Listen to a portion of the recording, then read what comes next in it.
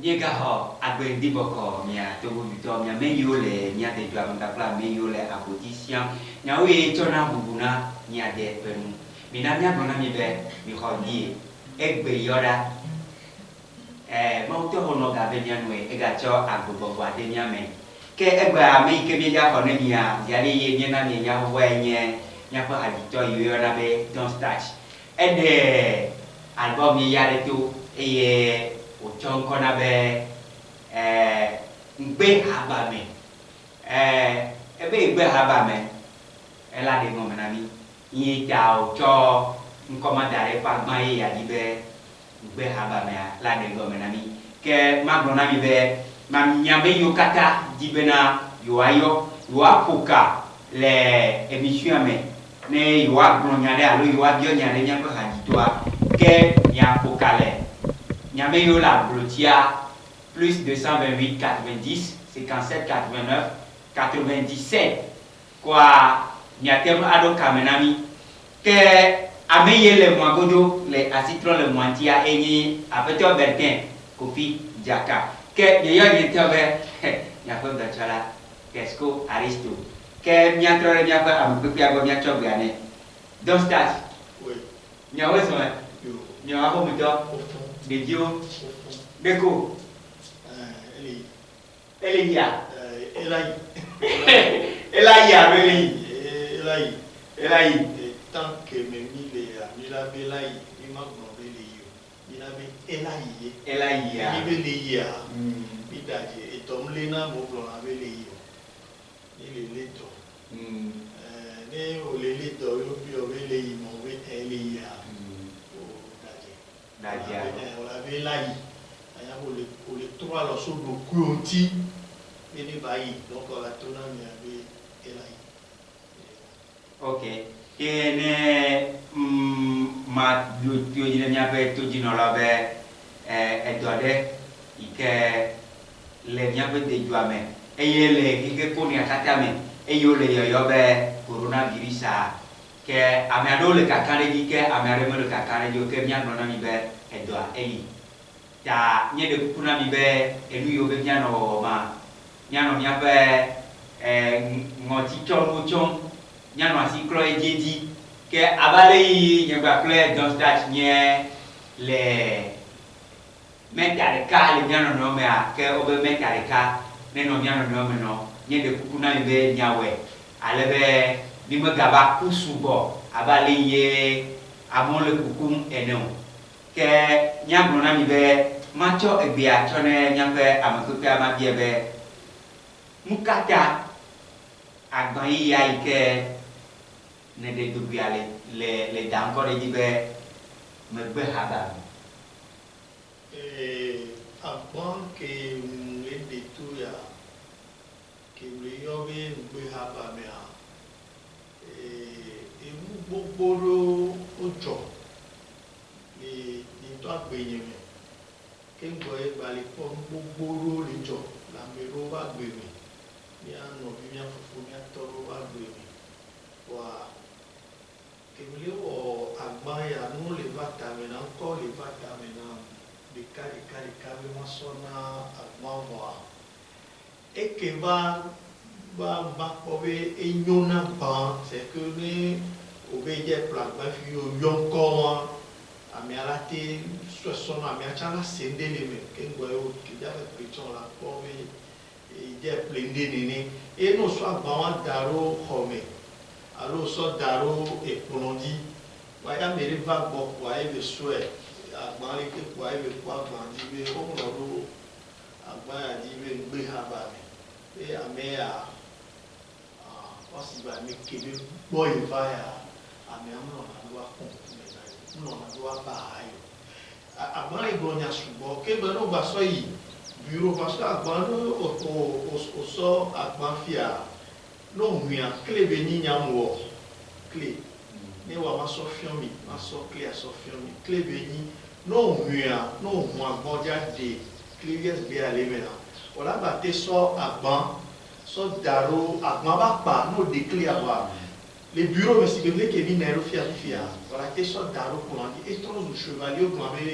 no na dara no ko de na calendrier qui cuire no black ba fi no muia no foia et la transu sous forme de calendrier et puis il y a des mineur de clé à voir o la trophy que panko o fi ke ye nyetom le hati to ale ko mo robe mbe ha ba mea no dero bureau redifia me aba zereka no tutu ma ka me ne ko ya ne mbe ha ba me era no bureau ko se we amea nke me le bono donc a bouta de subo ke ba son corps son aba ni to mbe ha ba avec le pression d'arriver pour on dit ben oui les bureaux me va ho me kwa na me le chama ko ya et les pompons na me directement avec et habari et nous que vraiment va contenir be iko ihe amea ne nu ba lasi o tocha no ni no ba ni ka fla ba ni mu odo no tocha agbe habari agbe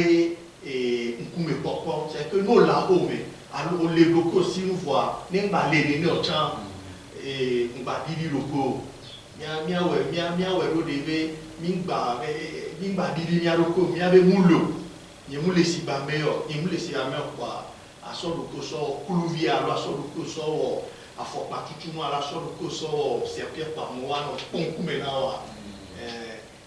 chana ele me na le ko ya haba me nya wa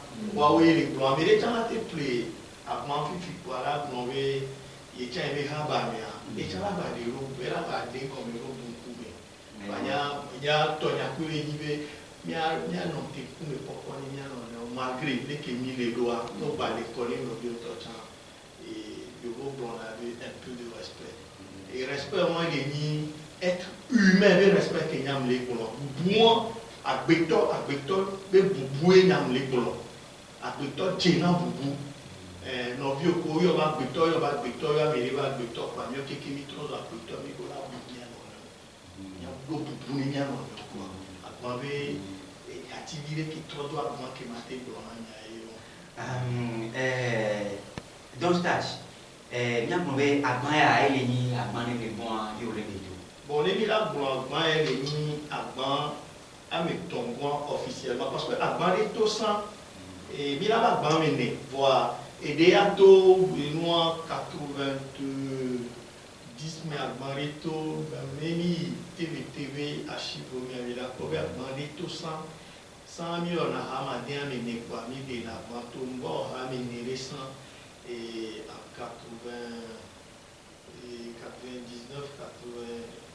86 voilà 86 87 mais à Marito il y en avait Christiana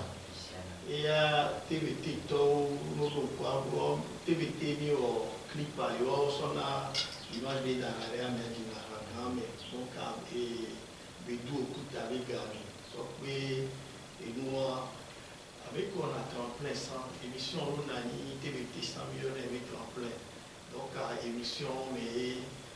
Milatim profite Mila quoi millions avec Christiana donc à Christiana avec nous il y a pas monté direct comme le school bandit le Kembo avant ban noté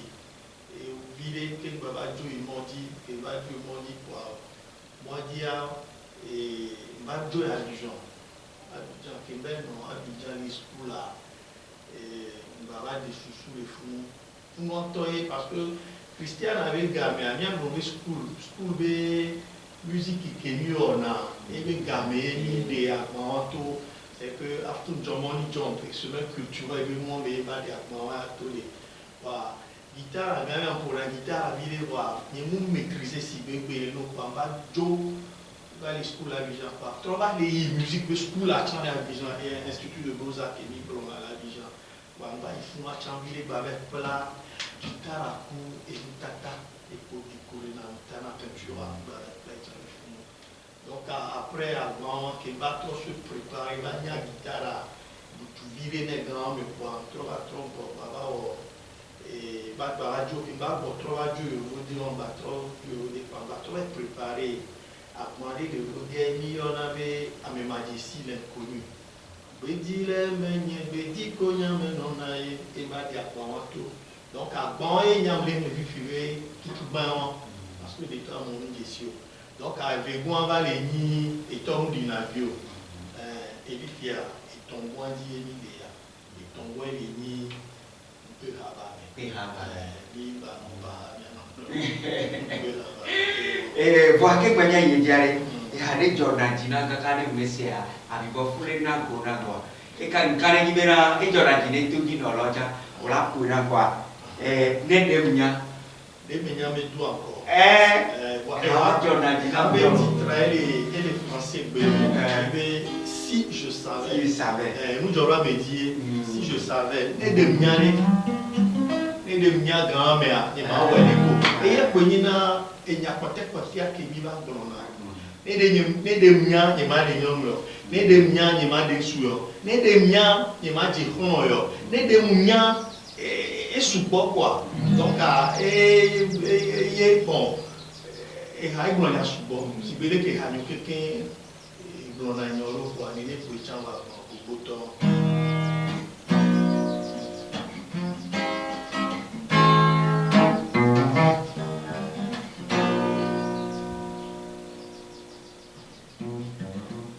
bana lo miato ma joy miliari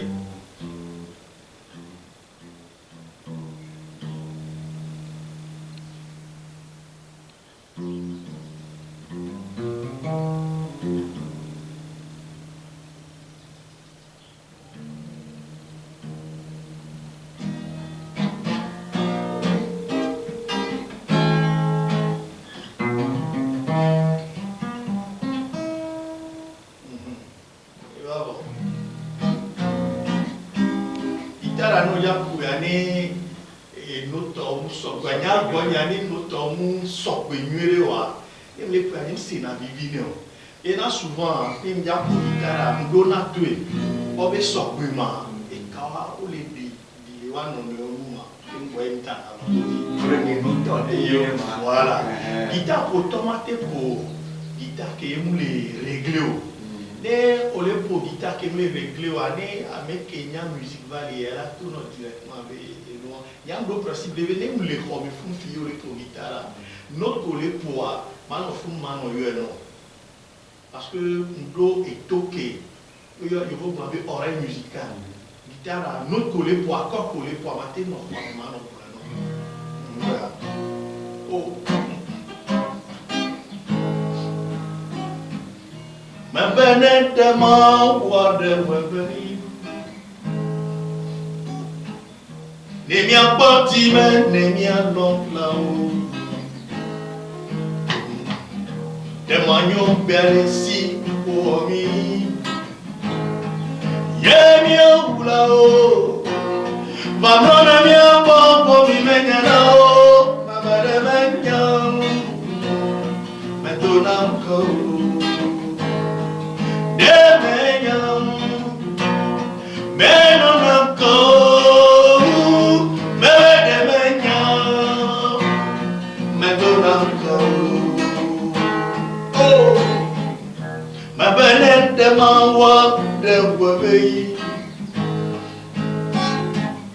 ne mi apporti me ne mi apporta ku e magnon belle si uomi e mi hanno la o padrona su mia ula ma bene megno me non ancora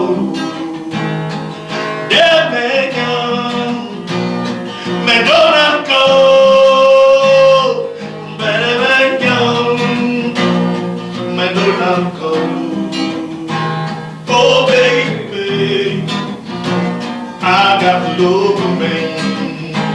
Yes, I love it. Please don't go. Oh, my banana, them all walk the way. Ninha tu na kwa mesi na pulena. Ye mabaninya na o chosi mwana o. Eyata minya menya poplona o. Bebe ata nyanya maglona o. Bebe menya medona ko.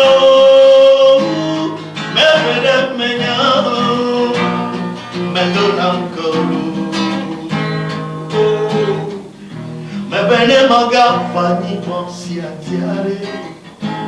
Oh, matone nyema ubene na panya. Nena manya. Merci au fond des tigres. Ne mana moi merci oh. On finit pour benamano.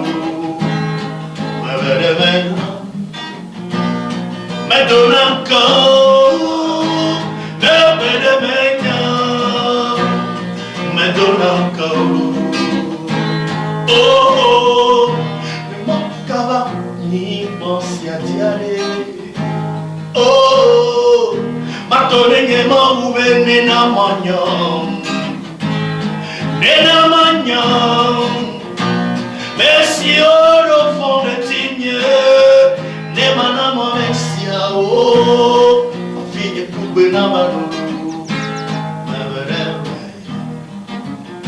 Me dona encore. Me dona encore,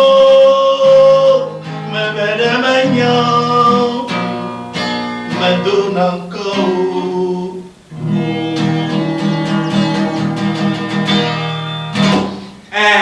Oben de menya, mon doigt encore. Il faut qu'on avait le dernier mot d'un imbécile. Ne le voyez qu'à Badoua qui m'a mis pour la de menya, ne me voyez à nous. Kenya tu apene nyaba hatila be hama ne molesema nyada chi plona ela be nyawe onyebe eba dona ya do ya ba gno be ne de nya yawe le enyo boade ino ba ya le we boy maga te ma ba ilwe aga trobo ke do na tro aje si do kyu hafi na ga tro le afi wa chote Que il y avait bien d'ici, il y a beaucoup de c'est difficile et c'est avec toi parce que même des peuples milatéo et milatéo nous zénico on va glona chave nos jani tite et nous on tourne nous jani pour voir nos tite pour la tite donc et nous voyons les blancs derniers mots des investis là, on a blanc, les miens chami blanc, miens te vanner au titre à quoi? On m'a banni imbécile tout. Donc à miens de nous inviter imbécile.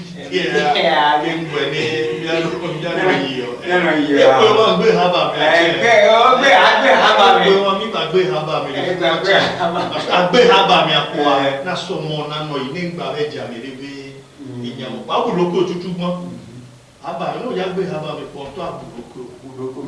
Je pense que mes porteurs, les polices sont là pour l'idée au pouvoir. Autant là, non, qui est vous poissonner. Que vous avez trouvé à Baye, en tout diable. Et bien, nous sommes pour sur le port. Il y avait Afrique avec du Romain, du Potrotomia, né au Yohadito, Betou, Todoa. C'est bien, il y a Magno, il y a Togovio. Mifuna duwa ne ole po nuwa wosibe miabe togo be haditoa ne ole po wa be hawa nya togo vio to ami sona delemu mi haditoa de mi po nuwa de ke bona mi ruwa nya chami nuna tame anani ade susu amronu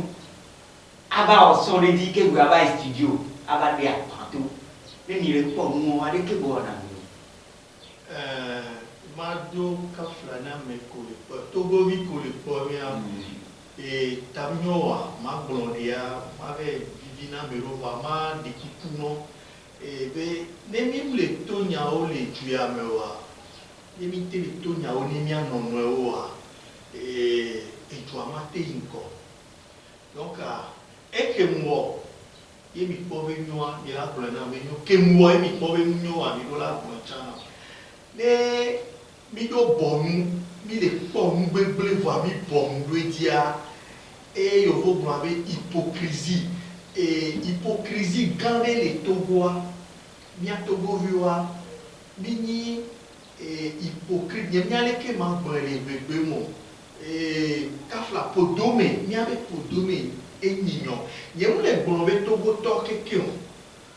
voa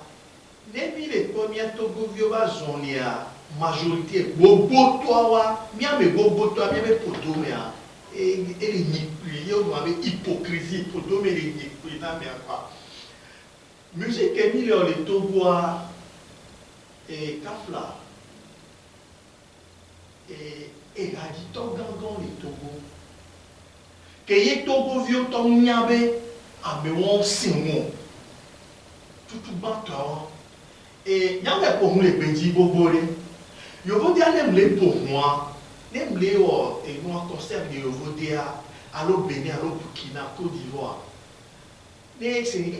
Pour moi, c'est que nous qui vivons camions Sénat, nous pas voir les camions Wona, les camions Wona, donc nous sommes qui les Togo si avec nous y a des cours. Togo même musique pour mes chanois léono hypocrisie et les domaines au kékémé et que la Togo vide la déto et la démoumé musique comme des kéni moukeo qui connaît kafla encore déto Togo via la déto Togo via mia kafio à peine 7 millions à peine et 1 million là pour et des fous. Bientôt, il y a dit toi. À moi, il y a dit toi que question le Togo voir. Et il y a dit toi le Togo parce que il y a Kafla, Nemi, et bien non pour Ivoirien, on va Togo vieux dans la couture. Mais et moi, et Ivoirien qui dit na ha. Et Harova na fille, Ivoirien be Harova na fille, non le pour ya. Pour la pompe brûler mais Bénin va na brûler mais même et on a affaire et on dit évite na poro les filles il y a les bar mais il y a les pour hawan avec ça mais la tité voilà nos bar voilà nos Togo Togo villa trottoné Togo vi qui les pour rabé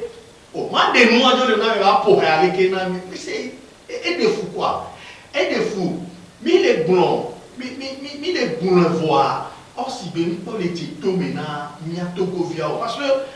et moi, les défauts de telle manière, avec Mionto, les blés dominés, Mionto, et Béa, ma blé dominant, pour la blé dominant. Ma blé dominé, quand je la tente blé dominé, c'est pas bien mignon. Et défauts, et Milano Djababa, je veux dire pour nous, les mots d'Odi, c'est que vous m'avez midi, les mots d'Odi, pour la dire, les trains, les métros, mais place publique, aux fontaines, tu vas filer la veine, et la dire. Nous vole pour guitare les dira kafla nul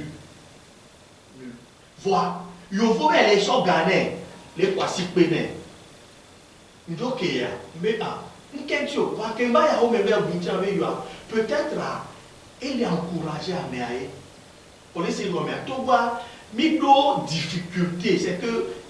mi faut pas péder les liens mais que mi so kafna me wa c'est que a me awoué et dès que les pour donner pour rien, il m'a vivre non voir.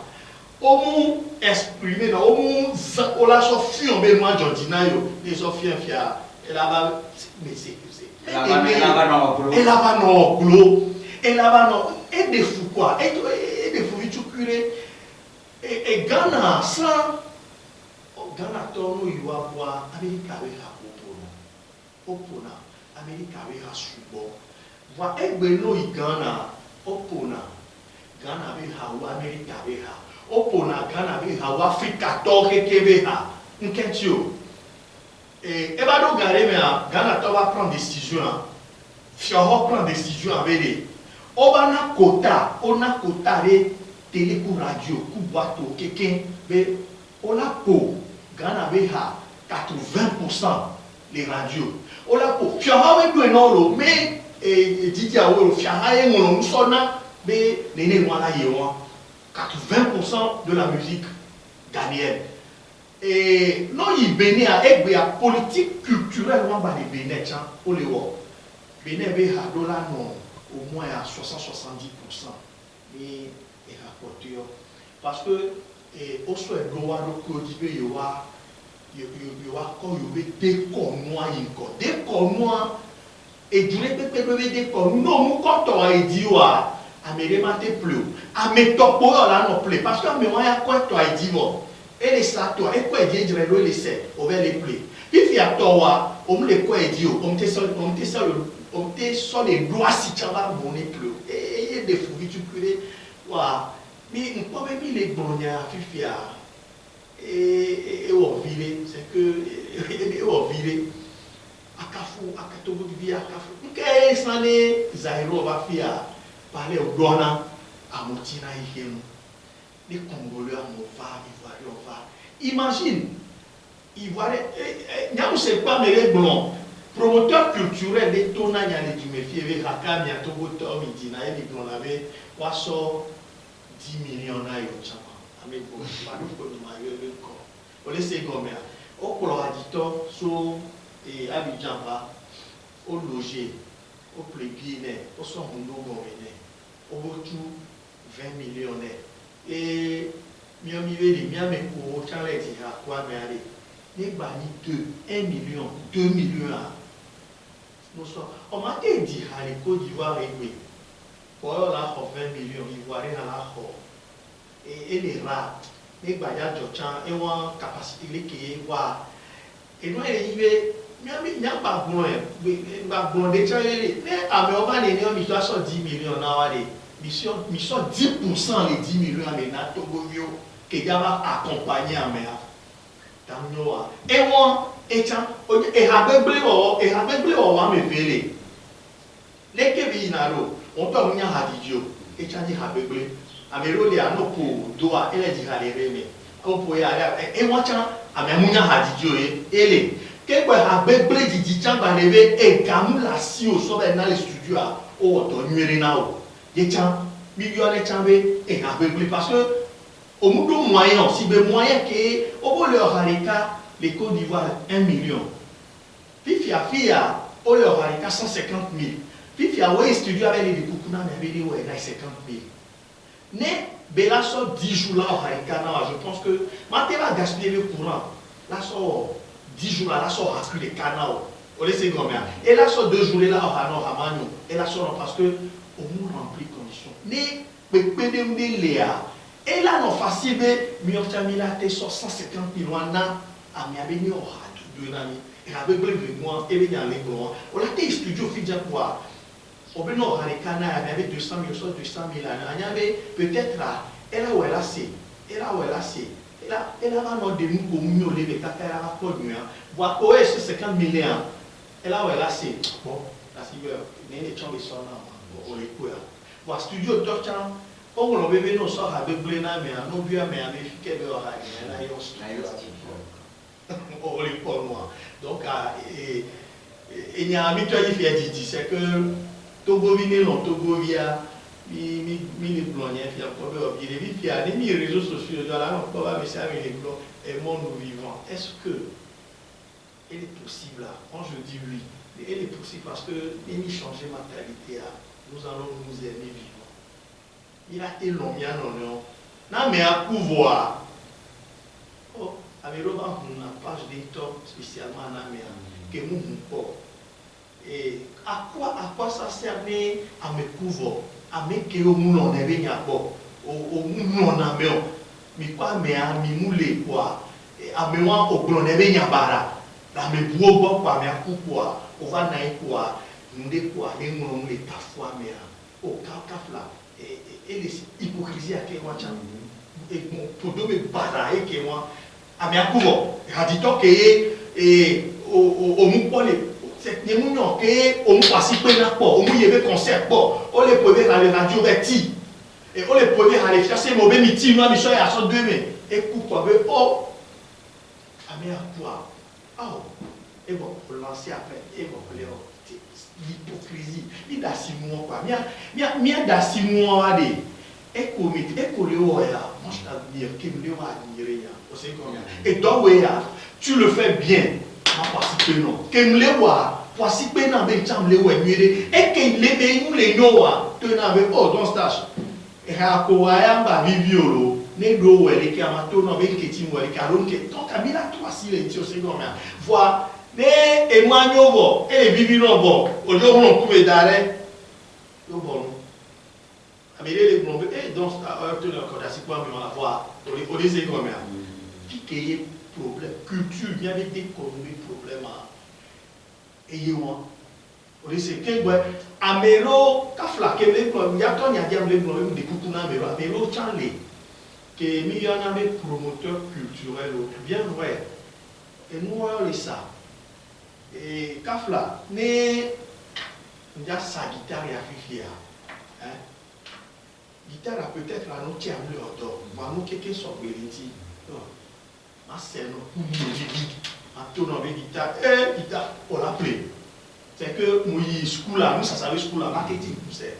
il y avait promoteur culturel là non soit Togo et Harry fi que y a ma pobo semule Harry il y avait promoteur culturel moi même si elle est Harry non soit Togo et Harry ça fait quoi dit non soit artiste à mes ton wa c'est pas d'eau succès on va faire ça avec nos succès les bédis vont c'est avec ni et tout boum et succès yo là ça va non ami ouais des fouets puis il y a les sorto wachan des sana mola autant so culture wale à tout na mauvais de ya même les pas des cadans ya oui autant y a vivre mais assez na ça nous gamme nous ça mais avant nous quoi je pense que et nous et améen on avait hadito avec nous avait tout hadito les reconnaissance c'est faux Amero Dio les noms les reconnaissants et quel Amero Dio les reconnaissants non est-ce qu'on hadito que tout et nous les reconnaissants mais c'est normal on m'a demandé parce que les Sokojo nous les reconnaissons que c'est nous les reconnaissons quoi et bien kafla bien on vit tout ça avec les polonais ils veulent savoir mais avec tout ça nous les reconnaissons bien d'assis pagay on les sait combien mion asibeni mila do bien so mi avec des comment bien les voici puis na mo appeler mi ba so e kamo les savoir bien on play so va no lili bien no biontio et bien le Togolais fait la promotion de la musique d'ailleurs on les sait combien nos promotions les mieux chami avec musique les milliards mais à moi participer na mieux chami avec mais mieux pour la participer na mo mais les participer les raditeurs et du amé Didier sokaka berebe et nous mbila bebegami et palao orus pa bebegami et palaban et moi kada bongo mambera et palao oh wa mieux chami on va participer na mia parce que l'intérêt pour l'India non il n'a rien monté tout là et dans stage bien de après de comme de patata les quatre ans les gagner nous sommes addicteurs Togo avec conditions de vie et les meilleurs sont Togo addicteurs au beau temps quel bon les sous question de cas pour que vous enseignez mes commis balayer conditions c'est que conditions et question à trois religions question de temps posé mais au sanois il y a mais à rapport à la nuée et quand et me voit les niveaux il y a pas trop politique culturelle mais que fiora dilouboa et il y a la non bébé pourquoi et tu les pépé mais et tu les pépé ani non même si des cornets culture nous y Burkina et Béa obé Fespaco machin voilà parce que et na ya me trouve les bails et raditor et les dire ya me trouve les bon nous y Bénia vida pour du jasmine so que me avait pour moi il y avait une réunion vida églé et avec nous en télé qui va les amoda pas et donc en champ c'est une et yo fifia et né et nous et Kafla et Julie mais Thomas reçoit 20 millions 30 millions sonné 40 millions sonné parce que il y a 5 euros il va so bientôt gobi ko di na bébé a wa tutu banque baba il va première partie qui va pour 200 millions ya les millions comme avec Juméon lo millions tombé Juméon mais ils sont 30 millions en Amérique mais ils sont 200 millions Togo via est-ce que ni coût et joint mais toi il a été pour pas un d'abord pour humilier parce que les joueurs mettons c'est vos 200 000 ou 40 000 déjà il se dit le plus fort on a considéré que on va pas considérer parce que là il y a les joueurs mais on sait moins non sur 200 000 et 1 million parce que il y a donc on a on la garé mais moi et et ils vont leur journalier à tout le temps. Nous, les réseaux sociaux, mais on peut en poser dit parce qu'on peut et yo pouvez vana yo honaleke mi honaleke au journalier parce que déjà mec il est tout fait avec il est tout fait et bien c'est un améré ou améré on t'en c'est un lot allô améré ouais studio qui veut donner à gap sur quoi personne n'a été c'est un lot yo hané nué lot puis il y a des sortes de 200 000 ans mais avec ne non kaka non kaka abewa non va et là non pas et les trois oui le wade et là nos sociétés le wade viola non dans les sociétés avec Togo via qui a 200 000 sur tout fait parce que nous faisons des chants d'arrêt 6 mois puis il y a qui a gamin et les tue et baba mais quand les Togo fibé nous n'en faisons nous le temps à vous mais tout ça comme nous associons à les tue complet ce qui va au de fibé on l'a tout dé là va tout dé nous quand il souhaite va devoir tout dé parce qu'à monter les tuyaux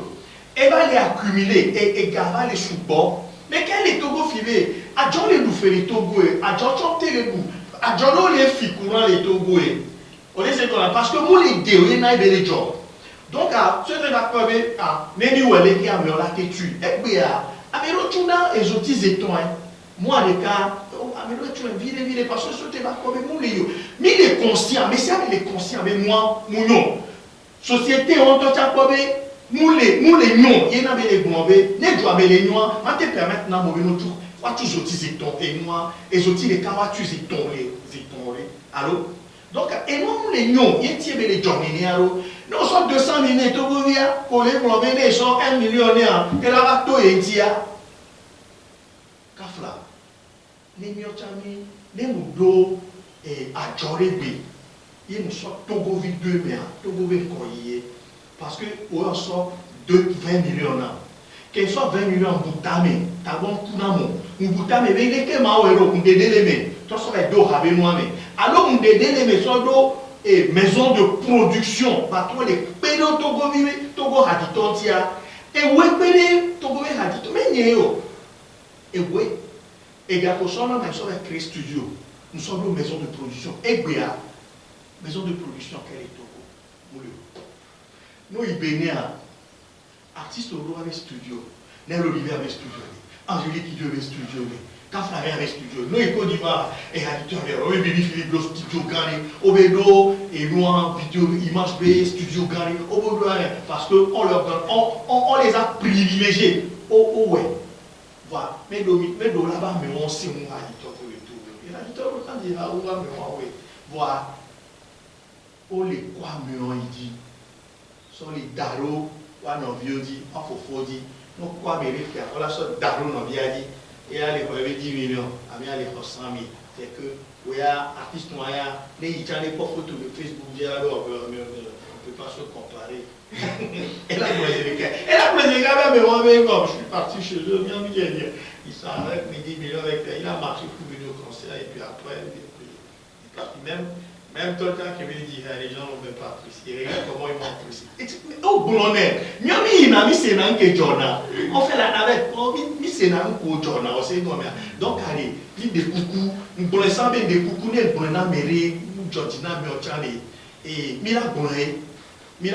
et Mila Gerero. Mais même les boulons, ils m'ont dit Gerero. Si vous voulez qu'on a une opportunité, peut-être aller pour 2000 ans, il va il y a les boulons, et bien, mais il y a ces cas, mais il y a ça au dos, il y a ça derrière, il y a non, nous prenons Tigna, aussi bien, nous prenons et dans ce chalot, nous prenons Amérique TV, et Raditor TV, pour aller les trans au Raditor, je pense que nous avons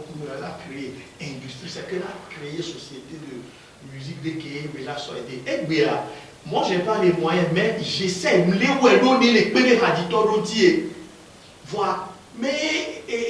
imagine, n'est pas de moyens gagnés. N'est pas de gagner. Et bien, n'est pas mes mots les bons. Mais alors que nous tiens là, c'est un taureau. Il y a les ouais. Donc, on les peut monter. Les ouais. Voilà. Et moyen nous le voir, du tout quick qu'elle est à, me les met sur les ouénas mélo. Donc, non, pas de bien tiens, non, pas de tiens, gare à ma péré, non, bien tigaré. Voilà, non, il y a mes gars qui avaient sur 2 millions. Non, je pense que dans les 2 millions, tu peux donner au moins, pour la téna, mais les 20 000, 30 000 aimés. Voilà, non, il y a mes 130 000 ans, tu es obligé de donner 500 francs à la personne. Avec les gens qui ont parlé de ça,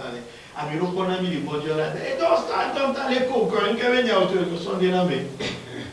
Avec l'économie, donc, il y a deux vivres au Dieu. Encore là-haut, autant la deux vivres, mais un petit peu dans le bourg. Pour dire, toi, 10 000, à Dieu, autant sorte de colonne, au bois, quoi, qui est joli, avec les gens, mais la nous, opéra. Nene benine ken gba me role kafla me role ya no topo hadito le mondia oh aja ewe I don't know your call o cha le nu ya kemina nya ne amo ne nanya dem bloga mo mo na naje nyam naje nyam o na le mondi amo na le mondi na nanga pifi ando bi ona sebe normalement ni na me oge wa me o na na nyaga mais bien vrai ame o no expliquer ma kaka bon voir et gars on a la cover normal on la c'est gomme gardez ma belle nan gardez moi dit combien de d'or et insister be don hogala ho bele et quelqu'un Matteo n'y blessé de au corps c'est de aller à bemoulio et le bemoulio ho o chan léa que Matteo na va ele ono ni so baba le afi mai bureau le ni so wa et au be mon photocopie pour du vailler mon doigt dit quoi moi copie avant ça garder na non mais au dos stage au gavé ya photocopie à chava tout faire oh wa il y a une non et il y a un travail à Simon et bien quoi encore je copie à mener encore les gars nous sommes nous sommes jouer là qui t'a maté on a vraiment amour on est nam nous sommes et nous sommes moment et nous bateau vi jamais mais aller ça mais c'est lieutenant et ça boulero moto mais et quoi nous sommes gagnés pour le aja ngebe nyayo nchafu no e njoka ya ne ba bomu wono ndaje et jour de nous sommes allés à Rome bana ville il quoi on est moi pas mido sarakawa nous remarquez bien vous les trois promido nous remarquez bien pour moi avec les autres les copains nyam les vont les tenez quand il est moi qui est d'autres amener les suivre mais nya autant nya dona nu nya Rome dona nu jube nya me e jube nya ya dona nu me amia so e wa kaka gane promito e wa pipi ye mu le man yo kaka vado ke ni l'hôtel de la paix pas mieux pas mais ou moi l'hôtel de la paix pas mais cha ou moi lo pas mais au fond là mu kunto complet pas quand il et les quoi e bo pa bien amia ku moi kaka kwa ba se e ku moi kaka kwa ba no tero pour pas di vitra quoi oh don't start au fond là tiens les néa et be pombe ma dona we et be pombe ma o ale et be ma do be non là et to bia o mais how donc on a met kaka dans les blé et vitribo parle o indiciable parle o de on soit et bien qui venir mo et nous qu'on gagner les tout bébé ce qu'on gagner les si yo go venir school gagner les si les tout quoi il y a un quoi et des à côté de quoi et des 30 000 tours à côté il y a des personnes avec pour le dérangement et quand qui donne à personne mondial sauf que si les personnes qui étaient bonnes et mais c'était terrible c'est bon pour les quoi donc à mon même si à mes les Togo et les bombés ou les à mon les voir et jouer manio cha et les namero ti le orchestre et bien les jouer nous dibe et la nyo les bon la tronyo la me boucha bon voir les jouer blé les fous et la peut-être jouer en total mais moi les jouer peut-être avec 30 000 la sonam que moi peut-être vérifier et la te chèque viré non mais au second parce que jouer et là, tu nous viens à quoi peut-être 1 million les dit parce que et Joe mais John a nous sauvé et Amérina et 10 millions à Dictor, et va Amérina 15 millions à Dictor et les bouquins. Burkina, sont aidés. Et même, il a donné, Côte d'Ivoire, on a 10 millions d'euros. C'est normal parce que éduquer Léa, elle est possible à me la tenir il y a 10 millions. Éduquer Léa, et les deux garibois, donc à Nemasoena, nous la sonama, on m'a dit soka. Et il y a, maintenant comparé, il y a le coup à Méouan, parce que, et vous avez maté comme, et vous avez maté comparé, et vous avez dit, vous avez dit, mais on y a boire, Kaflaro, Aïba 25-35 millions pour les salafis, et Kaflaro, c'est comme parce que, et quoi, parce que quand ben on vu que le vous bâtir à Chano pour Chano ba mai na what about you na onya me you go dia no ji na ha no go to ala ba yo nyira o ba ya kendo me na o ya tolo nous que na enyam le terrain andi gare mon frana ina ko na wa parce que no jo le fia présence à mo do pona me lena bena me vire u no ba ko no go ora bo so ego o ame wa so what about you nyira o mi ato o mai na no wa to chon ke gwe wa no baba iranjo ro tele a o to yan kire gun la ni ba tara lebe do gari bois era ewa era so moi tu l'as bien tu l'as mis dans stats to ye mille ho ebia ke ba no nga amile asitro le moitié mille ora pour le ma et ni apeto bete ko fi jaka ke ni yo ni to be Tesco Aristoke ameyo kata dibe yo apoka ayo abionyade dans stats mais nya pour na mi akemi yo le 90 57 89 97 dit que bien ga tok ga ton dans stats a hadito mama nya gwa ke ni ma te se bu hao di tam yo hadito ba jona jinam la au de ke vraiment be ama mon be quoi et tu dis non toi le tu dis be assez Bejila menye. Ochoro bio he. Ela ojo yo tiko yego, ojo yo na wa tiko yego. Bejila menye. Ocho ne yegbe, ocho no yo abio. Abio hala. Ogbenya eharo poa. No yo ekengbe ni mi yaju ami apo haye ke la gbaja. Kadina. Ido no bio kwa ya ke bio ho kwa ke gwe. Oh, mi gba to ke kwa télécharge ma ko, mi bio wa de.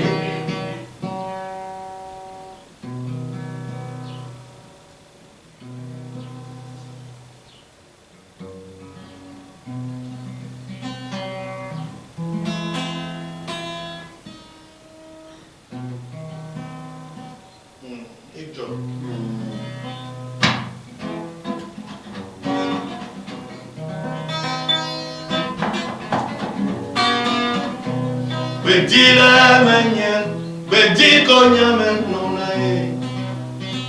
Bedila manyan, bediko nyamen nona.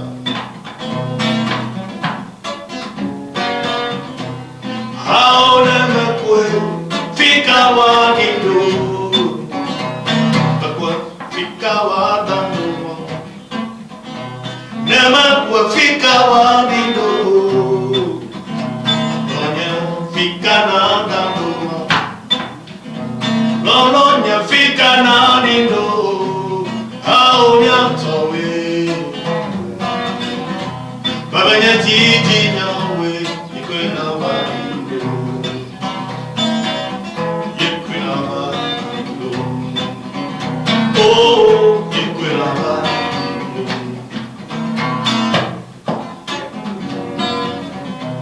Dotale Todi bois comme un counae, todi bois comme un counae. Dans la manière, todi bois comme un counae. Aoulema pour fikawa dano, nema pour fikawa nido. Noye fikana dano, lononya fikana nido.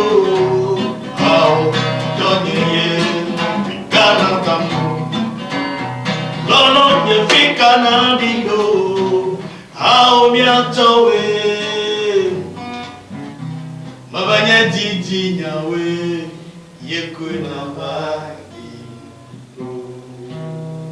bientôt après dans stage hier ñu xobé awlen en me dinami ke nyatroba agmayaji mpe habame agmayaji are hanene la agmayaji no agmayaji a mle yo agbabe best of English show blona best of 10 personnes best of best of Amea agbaye best of Benin Kentio nous sommes tu roko et roko ou amu Jessia que vous harole agbawo bali va mu Jessia hawo donc ntro hayeye amasirike troso et roko wereka so pe be oha oui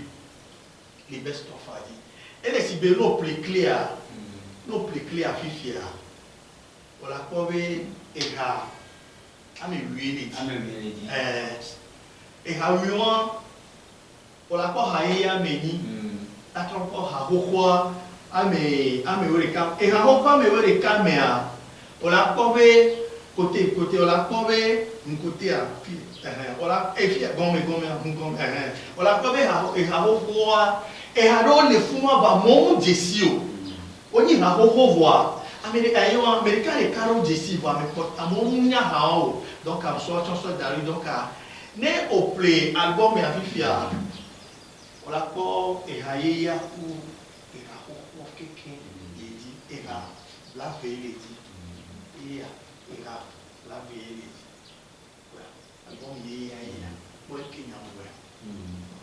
agbani agbaye bilababe o crac nous kentie nyamu de susu o clear et problème dans les bifia yiwe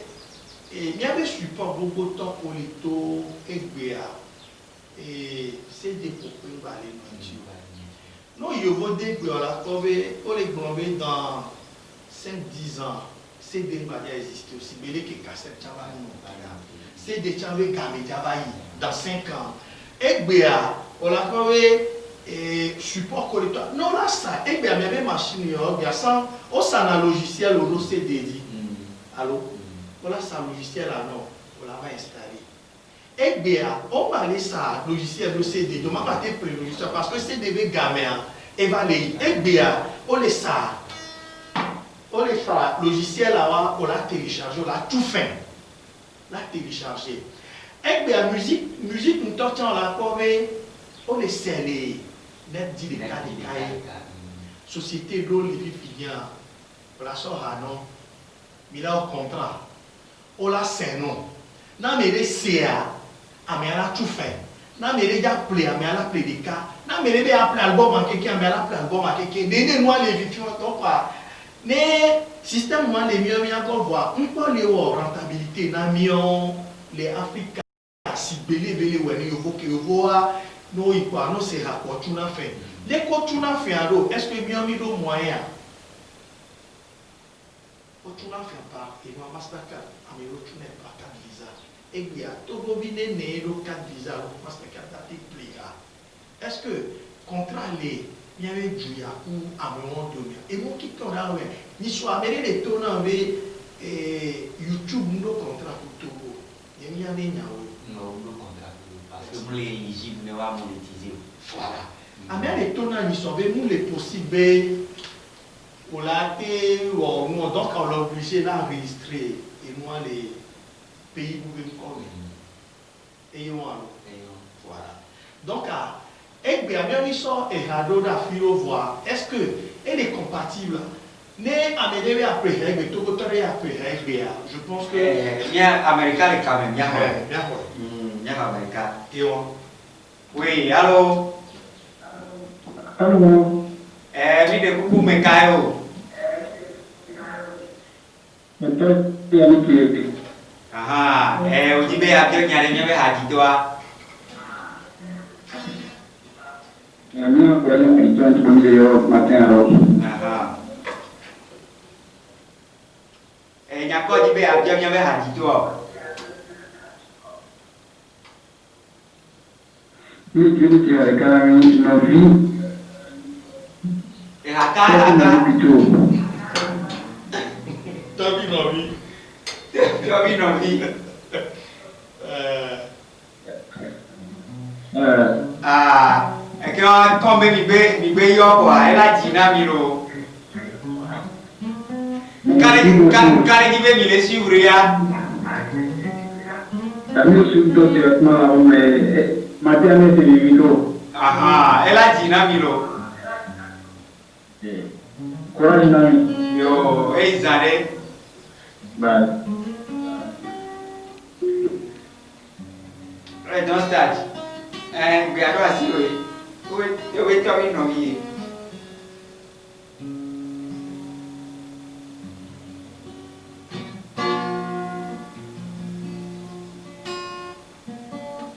Emma pour taria pour moi. Quand va pour tamler à Edo moment.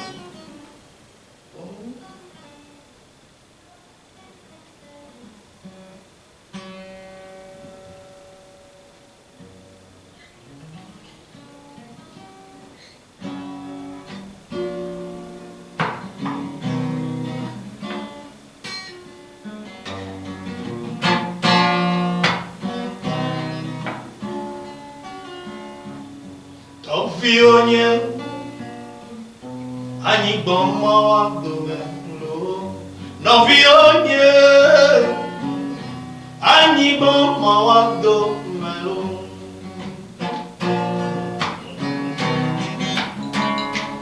bebe no vionye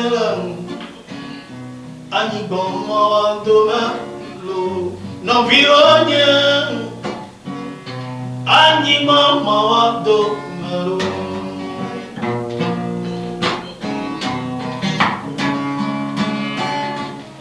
ni anye me di beba mamia do mero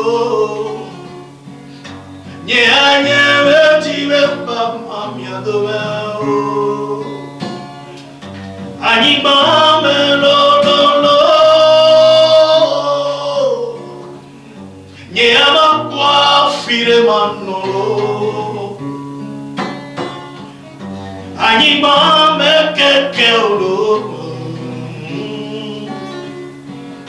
ni ama kwa fire mamero bebe mi tue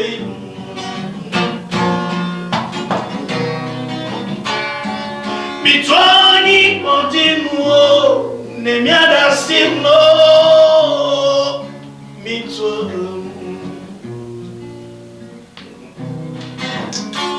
bebe mi tuani continuo ne mi adasi mi anovio bebe mi tue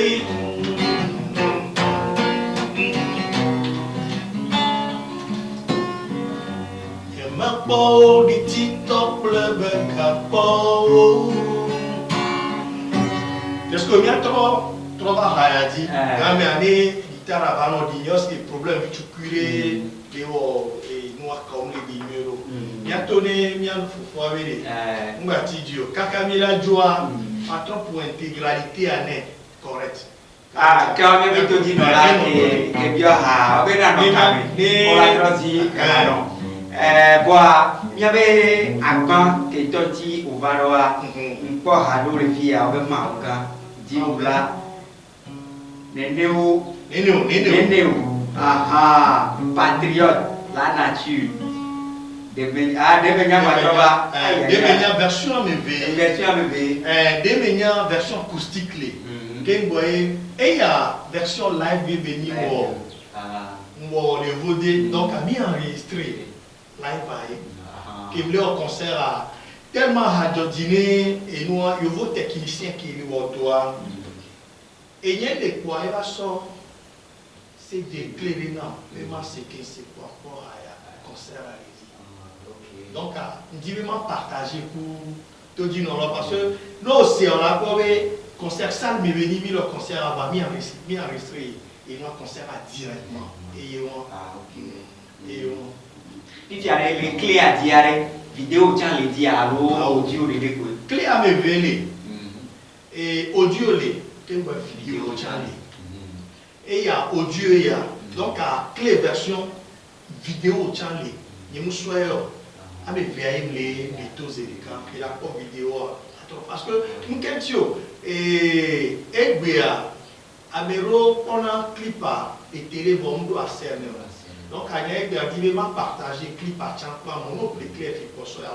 télé pour moi, directement, quoi, pour la clip pour Champ. Et surtout, clip yé pour moi, mais haye, clip yé avec au yato ya, on les noirs vidéo a dit, et là, maintenant, me robe, mi sauver les vote, il est YouTube, Facebook. Mais nous, les YouTube, Facebook. Donc, à moi, mi a permettre notre avenir, pas pris à Paris, c'est non quoi, de temps en temps. Voilà, nous pouvons la home. Ou à mes viola, nos artistes, ou la d'ici, l'artiste à Valé, on a vu un moment, donc, à bien favoriser les Togo vieux Tchawa d'ici, Togo Hadi. Mais télé à me couper parce que télé à mes chambres, il y a des problèmes vivants. Et il y a la soeur, il y a été aussi mon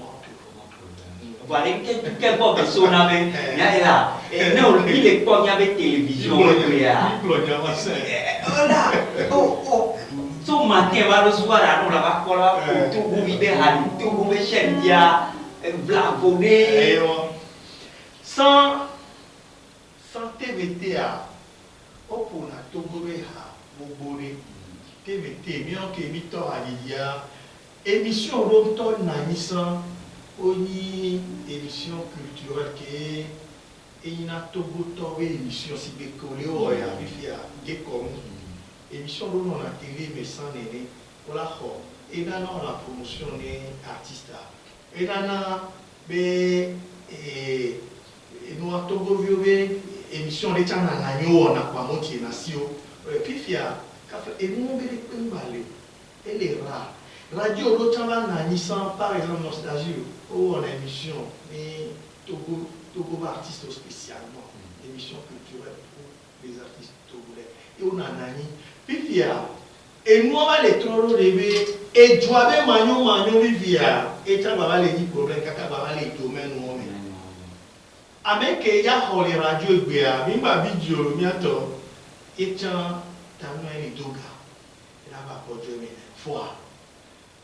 Et 6 mois, et le vote on dit artiste, on invite l'artiste. Si vous voulez pour inviter Milan, tu l'invites, tu le reçois quelque part. Encore idiot, petit café, machin, un et la télé maintenant t'accompagne. Et là, donc, non, déplacement, on avait déplacement. Pour le dérangement, la télé te paie, la radio te paie. Voilà, bien les filles à Kafla, non, il y a joie où elle a dit une mère. Puis, il y a un dit une mère, qu'il y a job, qu'il y a clair. C'est la sorte d'arrêt. Les gens sont là. Mais ma vidéo, c'est la réalité. Même il y avait photo. Et tu avais besoin de jouer les normales à nous, ça m'a non job. Voilà, mais la citoyenne, il soit. Oh. Et tu vas faire un émission, faire des sonnages, mais. Allez, tonton, et il y a deux belles sonnages. Et si, voilà, pour caca. Voilà, non, pour caca. C'est de la bon. C'est combien? Puis il y a un ok, il y a les dons pour nous, si bien, puis tu casses là, et il y a un pour aller, il y a un héros, normal, normal, là, pour moi, il y a. Dans sa chava fille qui a deux sons, c'est la réalité. On va blonder les radios et les jobs. Voilà, mais on va faire faute. Les télé et autant qu'on les voit en tant que journaliste, présentateur. Je veux dire, les présentateurs sont payés jusqu'à 6 000 €. Je connais des journalistes qui sont à 10 000 € et des présentateurs qui sont à 7 000 et 8 000 €. Est-ce que l'animateur a été bio artiste? Moi, je dis bio. Parce que le mec est bien payé. Il y avait télé, les filles, comme tout le monde fait là, c'est la réalité. Améro le font parce qu'ils ont, c'est que passion. Et moi, journaliste, mais toi, journaliste, mais il Améro les donc soit dit le ouais. Et animateur, mais toi, journaliste, il y a Améro dans la télé, au fond de la home, autour de la soirée, il y a il dort, mais Kaflaro. Améro, il y a. on konago miawe les niwa fin du mois voilà et a jale ko ya pour nous en sonde que la jonglée il y a la soison on les égomère néné moi les yiwa parce que on vit dans un pays qui n'est pas normal nimba wolo et toi non on les égomère né nous les dodo moi et school ko yabe kayo la ho no le quoi on y a bien gardé parce que non né nous les dodo moi je pense que télé qu'elle est pour nous que les royalty, que les droits d'auteur et la tue normal, on laisse et l'artiste va vivre normal et l'artiste va parler encore et nous le mamans c'est comme parce que et moi nous et toi problème du tout que les gérer on les quoi donc et que les problèmes qui mis les trois tombés petit problème on a et tout revient les trois tombés on les quoi.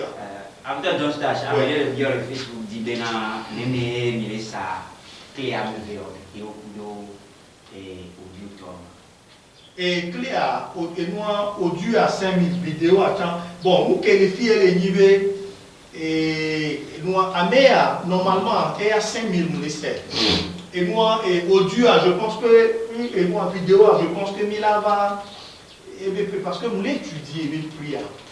Et dépend capacité comme ça en moi c'est comme et je pense que même créateur et moi et vidéo on va arrêter sur 5000 là où est devenu vraiment accessible dans les services là où est 5000 parce que nous qui mis les bons et nous avons fait nous avec clé à vivre et clé ni sur la piraterie alors et bien clé à mon les précédés les lois à au crédit Clé Masson non fifi en tant qu'animateur va alors dans sa vie Clé Masson na radio fifi béné lors dans sa vie il y a des il y a de clé il y a un début et puis un autre clé à partir de 2 gigas là clé 2 gigas encore on l'a appelé peut-être 2500 2 gigas voilà son peut-être à là on 1000 francs et bon Dieu non 1000 francs et 3500 je pense. Fifia, peut-être alors à beaucoup non, 2000 alors 3700, tu reviens sur la clé 5000. Et bien, pour d'autres clés, et espace les clés a dit, donc on est meilleur giga qui est venu, on a alors son corps dit. Le problème est les niveaux, il y a où l'eau début, il m'a dit l'or à les clés à Dieu. Il a encore à l'eau clé à dit. Clé à toi, oui. Non plus trop tout fait là nous couper ça alors les 10 me voir et que j'avais des problèmes après donc et avec les de 5000 avec la photo avec et l'amour que tu portes non que soit les noms artistes vous avez 5000 et immédiatement quand on fait clé avec finalement on met trop chevalier là on dit il fait un encore qui va prendre et les pompes et là tu portes l'amour pour cet artiste et nous ce monsieur cet artiste là il va au bureau à dire quoi non mais voilà quoi dans dans stage on fait un clé alors oh nous quand il vient à merchant les quoi on les égommer et les quoi directement quoi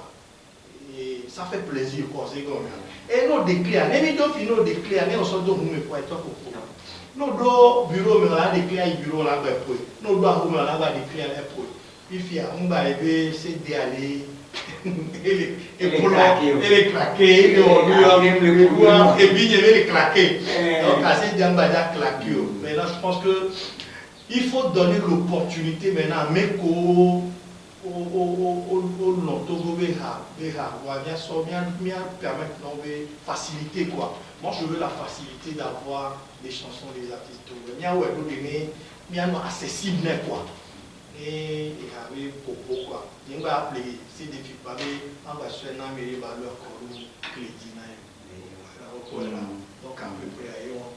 et bien clubé behababe inti ubalo ko amubuso emisubonti e hadole e hado keweto na dinamole behababe dia amo politiji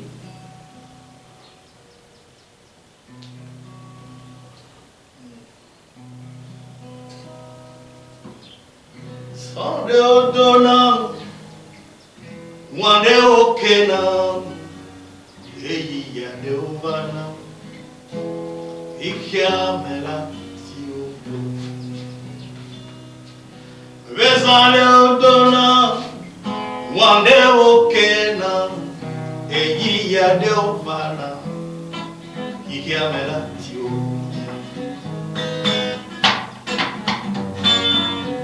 fusione pe clantio simeneto ayasio polo tu siame o tuo tu siame o tuo wawela name la nitibula la nibon siadi mebe sande odona wande okela egia de obana ikiame tio eteni juplola eteni ministra eteni dokyola eteni fiao di fia eteni amedansi obuna mebe ao sande odona wande okena egia de obana ikiamela tio oh mebe sande odona wande okena egia de obana mebe ikiamela tio de oh emela tio ah fusione pe tu siame o tuo clantio si mene tuale bebe wawela nambe la niti kula le kike siame ao eteni juplola eteni minister eteni fiao tifia ao bebe sande odonala mwane okena heyi ya de opana mebe ikiame lava tio mi bloni fumbe neneo ya ha to ko me ha ku ku ya on t'en les signatures avec e wando kena oteni gatolo oteni eko c'est que pour l'onave et on voit et l'okena on t'en a quoi kakarabe et gâteau les vents et les lots voir au nouveau il y a mes tonala non rodé wameno ya tayiwe kemu oteni wameno il y a mes gâteaux et matina wameno ya peut-être là wameno va donner espoir vide là be et nyambléa elle a vagnon eni enua ke kotu ke miomi doa allo enya ukeletina mia elle a vagnon voir car mon la no la vagnon kaka ne gawo me va o ma ba te la vagnon parce que mou les lions o les la vagnon va mou les lions qui a mea elle va dégoûter bien vrai amour quel boy o teni donc qui t'entend que yo madonna mais qui a me va tirer miale du polola ko polona mia e va donner niveau rien qui a me va tirer le luxe o ya no pe no tina mia nous ne tina melo et ça les dit et album a dit et ça les films a dit nous la 8% dit nous la on a dit nous a fait nene wa le nive nous ne tina melo nous ne una melo ne la siwa de nyabeni ne mela siwo han ye nya elo egbea ela siwa problème on la va melo va les donc pour parce que les si muna siwa on la va melo les jouer wa meno eni fifi a gardé moi nous mena na sio kaka ela no kanino kwa echa eba déborder na me et nous me una me allo kaflaro to bo sube jenaro ani sidi kaka ni si ande ne eles o se na bibi e ba ali se non na e mo ani kaka e kunati sucre adi ni oui voilà et moi et nous me cha una me ne la si wa nya ne ni ba lo cha nya e fifi a le kemi la o fifi a nya me ma do no le ke parce que gbe a mais et nous moi messi oublier ni meilleure vie non non le a gba di o Parce que on a été nous voilà nos malheureux. Et nous nous là nation voilà nos malheureux. Quel boy ma subo ma roton. Alors on a les cas où on a meilleur à l'animation parce que nous subo kaka les tadina nous les kaka nous c'est que nous la c'est que ayeni egbea on l'a trouvé ameroa et nous va donner au nom de telle manière bon ba buna no vio on va donner à l'extérieur anya nuya e una e ble domino pour les égomes mais nous ne pouvons pas mission on a numéro du coup là sur voilà gérer de telle manière nous va les yamola no fond ame on va bien yo mana ocho pour la code des noms quel boy et vieux à son amant quoi c'est que on les quoi c'est comme ça meilleure vie en toi c'est pas d'avoir une belle une grande maison et une carré la mato la rue carré mais pour des problèmes et gâteau qui est tout la rue carré les toi et ou amino qui sont qui va les problème moi et tout voler toi et tu as des problèmes moi tout pour toi meilleure vie c'est pas d'avoir une grosse maison non mais on est à regarder une gare pour tout garer à faire par là mais meilleure vie et qui a mis toi meilleure vie à baigner non on les sait combien à baigner non vie beaucoup non vie et nous les temps la paix mais nous respecter pour qu'on a une meilleure vie pour les accueillir temps mieux quoi et on soit et à me verra et on au quoi et on l'indigné et on y a bossé avant l'indigné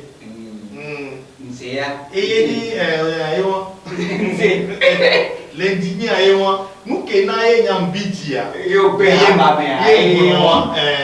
nuke na ye mbiti ye mle biti ye gare mo ma dona nunyaro mea l'indigné gare mo mino obligé là colombien veut jouer parce que au maintenant à Rome avera no gbakwara bo o ma no dome et toi obe et toi ngba et donc ememi ngba les fonctionner euro bénéfice ngba les ko la bo et to go benya donc ani mi amero mi bon no si be mi complice et mi le do to go benya wa et peu importe que belania mi do la bon nous sommes des leaders d'opinion éradicatoire et les nyam l'né et jouasibe nkuta éradicatoire l'né jouasibe nkuta les cas si belé que ministre ni abongla les jume et président ya abongla les jume artiste abongla venir les jume et jume mais artiste egbea quand flané de mettons le numéro pour amto la home quand tu as balu pour ma coro de connu il y a une autre limojo la vie nous les numéros nous double mais moi même la quand tu as balu la vie on peut aller au don on peut radio et on et bien les et joie et les dés c'est que à voler des l'étoiles a mis obligé la trop d'autres à voler joie tu vois les et à voler zéro tout bon tia mais l'obligé vient dire bruit rapidement mia toi wané awambasi et ni l'indigné nous commis les pommes les mieux nous dia non pas de bon nous dia on pour voir autant les cibamé qui ont marqué et c'est les bien c'est non au bon avec non pas nous les voir mais bon pour allô obé non assistance à une personne en danger.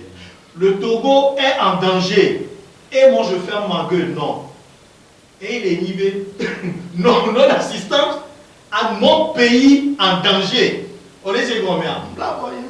Donc, il doit aller demander la gueule. Et il me blanc. Pourquoi là? Que bien que tu dis non là, que magadon que tu n'as pas hadila. Dans stade et bien quoi, elle est menée dans le job pour et pas à bailler, il que habla venedi et il y a encore des libères, il bé à la main. On dit ok, et pourtant miti ameton, nami je n'ai pas adio assisté n'ai pas voilà que n'ai pas hané wa chaharun abale yo la quand il n'a wa chaharun la lebena ame yo yito di no la yo que wa ku que wa tout le mia koma wa ke ba garo ko nyina mi be abe ikele asitro le mo et mi le mia ko le togo plele et de go do tia enye abeto de te kofi jaka ke mi yo ni tobe qu'est-ce que aristo ke mia tobe atone dans stage. Si mon bonheur est ici, pourquoi le chercher encore ailleurs? Si mon bonheur est ici, pourquoi le chercher encore ailleurs? Ces gens qui courent autour de moi,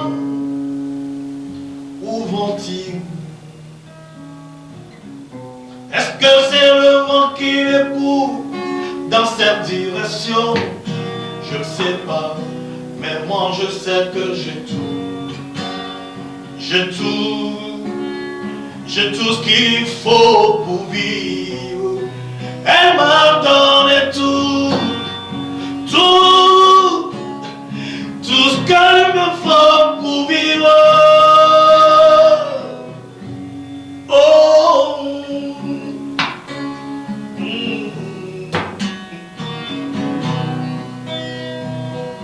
Lucia, Lucima, Usonawa, Nejenu. Lucia, Lucia, de la Sonawa,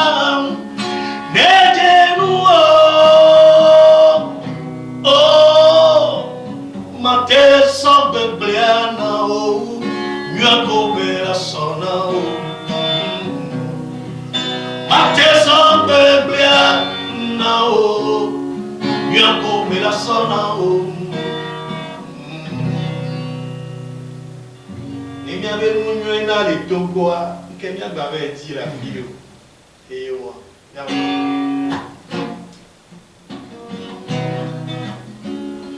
Bébé, top violien, Anibon, maman, non violien, Anibon, maman, malo.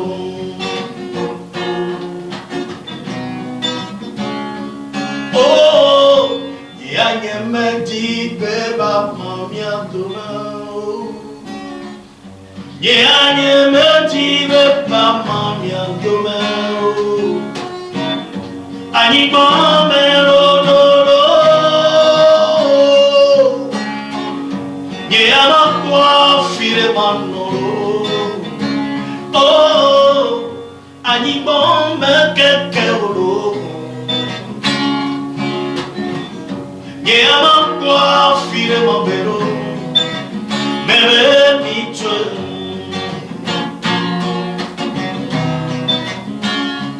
Bitoni continuo, ne mi adasilo, oh, bébé biche.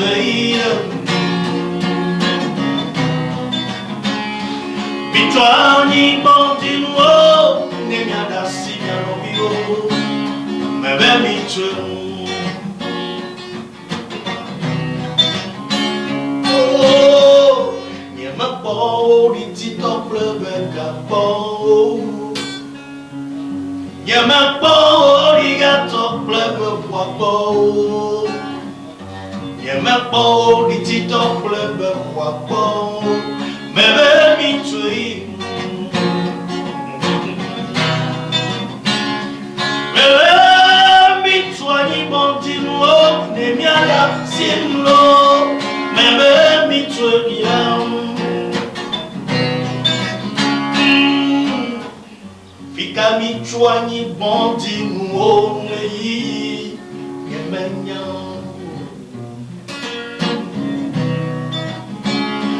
Fica mi chuani bondi nuone yi memenya o nyemenya o nyemenya o bebe nyemenya o nyemenya o nyemenya o. Kami chuani bondi nuole yi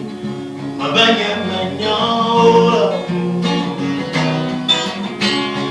Fikami chuani bondi nuole mabanya manyao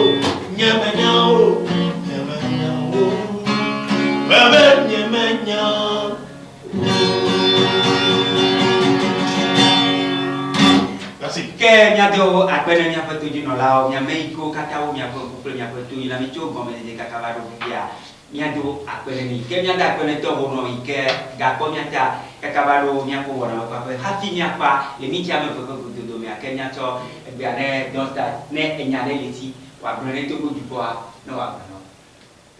Nyakele nyasi egbe ma gblɔa miabe dua sia mi nya kemgbe mlɔ ɔka mialé ɖo te miadza agbagba ŋgba kpɔ miawɔe ɖo ɖe be egãtɔ ŋgba va dzɔ ekpo nyama gblɔ vegɔa koe le yi be mi lé be ne Togo be hadzitɔ parce que wola ku kemgbe mi la va nya be ba ɖa nenea me ɖo le ku kemgbe mi le kafo mianɔ te ame ne ku miakɔe dzi. Mi le kɔe dzi le ma wo gbɔ alo nye ŋunyɔ fi kebele mi le kɔe le dzi ya nye ŋunyɔ egbea le miame ko wo le yɔ be Togo be hadzitɔ alo hadzitɔ ne mi le gblɔ Togo be hadzitɔ tsã bɔsa enu sɔ ne na hadzitɔ ta mi ke mi le gblɔ Togo be hadzitɔ na mi le compare mi ku enu donc miawo mianɔ te Togo be hadzitɔ gbɔgbɔ hadzitɔ o to ekɔrɔ miami la be hadzitɔ parce que be Togo be hadzitɔ donc Togo be hadzitɔ déjà no yi enua oto le dzɔ ame yafi le fiɔ le yɔ be Togo be hadzitɔa amewo ne kpɔ barabara kɔ nya be Togo be hadzitɔa ayavuio donc o ma considéré o mianɔ te Togo be non ehadzitɔ donc slash hadzitɔ ye ke gbɔ ya ame ala bi yɔ be fi kɔ hadzitɔ du kame la be o ya Togo bi eni Togo bi mi ba mu nyi hadzitɔ ba no le gblɔ be Togo be hadzitɔ ele si be Togo kɔ ame dzi na ali. Togo be hadzitɔ awo Togo vi kenyi hadzitɔa etsana enyo ke gbɔla yɔ ame abe kɔa nya edɔ nya hadzidze nye ma kplɔ journaliste du Togo ça sonne mal un animateur Togo c'est un animateur on laisse gomea un animateur journaliste un docteur quoi Togo be dokita. Dokita mi prend c'est docteur dokita Bibia mi prend avec Togo be Togo be mi noté Togo be président mi te pour la fin et son prix Togo be président et nya hadzitɔ mon métier au moment où quand identité a passeport le libé artiste togolais artiste miatɔ Togo hadzitɔ ko nɔ na nyawatsɔ gblɔa wola va kpɔ la be je suis artiste togolais Togo ko dzina hana moi je joue un peu partout nya pour nous la fille et kele pour moi ntɔ tsã me ɖo miafi kemso asi pe ko le po o mu di tsã me wa miafi kemso lui c'est un artiste ne nya me ɖo ma do ya présenteur c'est un artiste gbedia wo gblɔ be lui c'est un artiste ne mi yafi ne fifi kpoa o be mi dza va pour nous la fille alors mais qui contrôle je te présente le don staff l'artiste. C'est un artiste. On l'a vu, c'est un artiste. Donc, donc, il est venu Togo hadzitɔ que notre mille blanc, mais Togo hadzitɔ, il est venu Togo Kodjina. Il est venu parce que et lorsqu'il est venu couvrir, il va avoir mais il va faire famille avec qui nous venons de domaine de Tchahom, hypocrisie yoyone. Mais quoi, mais ame agblɔ be nya ba la ame alo le gblɔ be nya la fi ɖo asi kɔ ame akɔ akebe kpɔkpɔ la be o krisie donc leke mi gbe wɔnɛ ne edzubumetɔ be hadzitɔwa mi sɔ miɔ tsã ne ne mianɔ wɔ na mi sia mi nya be dzua le ʋua mi kpɔna woatɔ asɔna nɔ fi kɔ kpɔna 40 millions 20 millions 25 millions hadzitɔ ɖe va enu ya Togo zetɔn alo zene exɔ 20, je pense 25, et va avoir 15 arrondis. Donc à l'année, que mi va bouga, ni va buya, on va boucler à me mettre à quelque chose de 40 à 50 millions par an. Il y a du temps, il va dire à les filles, les années, mais c'est ton rosé. Donc à Kémy, c'est caché, c'est à Kébuya, le mec a banalement 50 millions. Les Togoans, est bouclé, Togo année avec 50 millions. Et alors, lui, Koni Hadito, Koretua, Amero bouclé pour 500 000. Amero toi bouclé à Zéro. Zéro. Parce que on part à toi dit caca et puis après. Ça que corona va yoler. Eh, on vit en corona avec un chocolat. Et on va boire l'avion. Et on va aller faire fumé. Il y a mes commis, on va tout faire à l'histoire. Quand on a dit que comme il est mondial. Et bien, on sort 5 kg, il pas suffit à égayer un temps. Et à n'y a aussi un corona, écoute, l'homme y a son corps, mais voilà, on va me bébé. Il y a 1000 euros à vacciner. Voilà. Donc, ok. Niato après. Nido après Niato après ameyo kata wo nyape tout nyape to nami. Que niano ko dinami be